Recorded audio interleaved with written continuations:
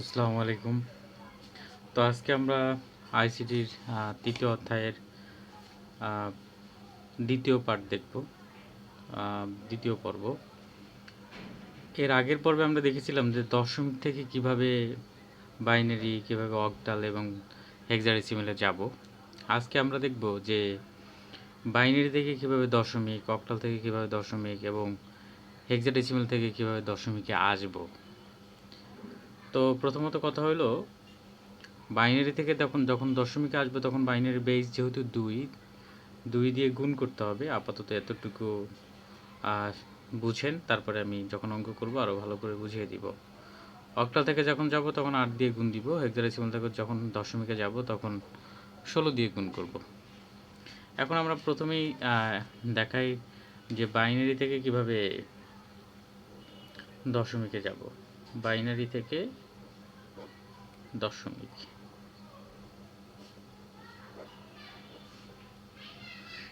তো একটা সংখ্যা আমরা দেখি 1011, এটা আসে বাইনারিতে। এখান থেকে আমরা কোথায় যাব? প্রশ্নবোধক চিহ্ন দেই দশমিকে। আমরা এই বেস দেখেই বুঝতে পারবো যে এটা আসলে কোন সংখ্যা পদ্ধতি। আমরা জানি বাইনারি বেস ২, এই জন্য এটা বাইনারি, এবং এটা ১০ দেখে বুঝতে পারবো যে এটা দশমিকে নিতে হবে। আমার প্রিভিয়াস ভিডিওটা আপনারা দেখে আসবেন, তাহলে আরও ভালো করে বুঝতে পারবেন। ওখানে বেস সম্পর্কে এবং সংখ্যা পদ্ধতি সম্পর্কে বিস্তারিত আলোচনা করা হয়েছে। যাক, যখন আমরা এরকম বাইনারি থেকে দশমিকে যাব তখন এই যে সংখ্যাগুলো এখানে আছে প্রত্যেকটার সাথে ২ গুণ করব এবং প্লাস প্লাস করে যাব। ০ গুণন ২ প্লাস ১ গুণন ২ প্লাস ১ গুণন ২। প্রত্যেকটার সাথে দেখেন আমি প্লাস প্লাস করে গেছি। আর পাওয়ারটা দিব হলো 2 এর উপরে, এবং পাওয়ারটা 0 থেকে স্টার্ট হবে এবং আস্তে আস্তে ডান দিকে যাবে আর বাড়তে থাকবে। 0, ১, ২, ৩, মানে ০, ১, ২, ৩ এরকম আস্তে আস্তে এদিকে যাবে আর বাড়তে থাকবে। তাহলে আমরা জানি যে ২ এর পাওয়ার যদি 3 হয় তাহলে ২ এর পাওয়ার ৩ হলে এটার মান হয় ৮। ৮ এর সাথে ১ গুণ করলে ৮ই হয়। আরেকটা বিষয় হলো 0 এর সাথে আমরা যা গুণ করব সেটা 0ই হয়। সুতরাং 2 এর পাওয়ার 2 দিলে 4 হয়, 4 এর সাথে 0 গুণ করলে 0ই হয়। সুতরাং 0 এর সাথে যা গুণ করব 0ই। প্লাস 2 এর পাওয়ার আছে ১। ২ এর পর ১ মানে ২, ২ এর সাথে ১ গুণ করলে ২ হয়। এগুলো আপনারা ক্যালকুলেশনে চাইলে করে নিতে পারেন। আবার আরেকটা জিনিস, কোনো কিছুর পাওয়ার যদি 0 থাকে, সেটা হোক ১০০, সেটা হোক অন্য আদার্স কোনো সংখ্যা, যত বড় ডিজিট হোক না কেন, কোনো কিছুর পাওয়ার 0 থাকলে সেটার মান কিন্তু ১ হয়। তো 2 এর পাওয়ার যেহেতু 0 আছে, তাহলে এটার মান হবে ১ এবং ১ এর সাথে ১ গুণ করলে ১। তাহলে আমাদের মানটা দাঁড়াইলো কি? যে ৮ এর সাথে ২ যোগ করলে ১০, ১০ আর ১, ১১। ঠিক আছে? এটা হলো দশমিক মান। তো ওভারঅল আমরা কি মানটা পাইলাম? যে 1, ১, ০, ১, ১, এটার বাইনারি মান আমরা পাইলাম হলো, দশমিক মান আমরা পাইলাম ১১। এটা ছিল বাইনারি থেকে কিভাবে দশমিকে যাব। এবার আমরা দেখব যে অক্টাল থেকে কিভাবে দশমিকে আসা যায়। অক্টাল থেকে দশমিক, অক্টাল থেকে দশমিক। তো প্রথমে একটা সংখ্যা আমি ধরে নিই, ৬, ৭, এটা আছে অক্টালে। কীভাবে বুঝলাম? বেস যেহেতু ৮ দেওয়া আছে, এবং এটাকে আমাদের নিতে হবে কিসে?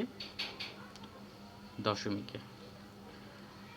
সেম আগে যেমন আমরা বাইনারি থেকে যখন দশমিকে নিয়েছিলাম ২ দ্বারা গুণ দিয়েছিলাম সংখ্যাগুলোকে, এবার অক্টাল থেকে নিতেছি যেহেতু, এই জন্য এই সংখ্যাগুলোকে ৮ দ্বারা গুণ দিতে হবে। ৬ গুণন ৮ প্লাস ৭ গুণন ৮। আগের মতো পাওয়ারটা সব কিছুই একই, শুধুমাত্র বেসটা চেঞ্জ হয়েছে, ২ এর জায়গায় ৮ আসছে। এবার ৮ এর পর ০ দিব এবং আস্তে আস্তে এদিকে যাইতে থাকবে আর বাড়তে থাকবে।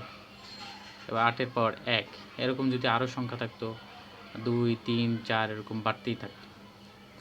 তো আমরা জানি যে ৬ এর সাথে ৮ এর পাওয়ার ১ মানে ৮ই। তো ৬ এর সাথে ৮ গুণ করলে ৬টা কত? ৪৮। আবার বলছিলাম যে 8-এর পর কোনো কিছুর পাওয়ার শূন্য থাকলে ওটার মান হয় 1। তো 1-এর সাথে 7 গুণ করলে 7ই হয়। 48 আর 7 কত হয়? 55। তাহলে আমাদের 67-র যেটা অক্টাল ছিল 67, সেটা দশমিক হয়ে গেল কি 55। আশা করি বুঝতে পারছেন। এবার আমরা হেক্সাডেসিমেল থেকে দশমিকে যাওয়ার চেষ্টা করব। হেক্সা সংখ্যা আমি হেক্সা লিখলাম, দ্যাট মিন্স হেক্সাডেসিমেল দশমিক। একটা সংখ্যা আছে ধরেন এ, আরটা ধরলাম বি। A7 এটা আছে 16, মানে হেক্সাডেসিমেলে। আমরা এটাকে রূপান্তর করব হলো দশমিকে। আচ্ছা, এর মানটা আচ্ছা আপনি ভেঙে ভেঙেই বুঝে তাহলে ভালো হবে। এ গুণন 16। এখন দেখেন, আগে আমরা যখন অক্টাল থেকে যাচ্ছিলাম তখন অক্টালের বেজ যেহেতু 8, এই জন্য 8 দিয়ে এই সংখ্যাগুলোর সাথে গুণ করছি এবং প্লাস প্লাস করে গেছি। এবার যদি হেক্সাডেসিমেল থেকে যাচ্ছি তাহলে এই সংখ্যাগুলোর সাথে 16 গুণ করব এবং সামনে যোগ করে যাব 7 গুণন 16। পাওয়ারটা সেম, আগের মতো সব কিছু থাকবে, এখন শুধু ওই 8-এর জায়গায় 16 চলে আসছে।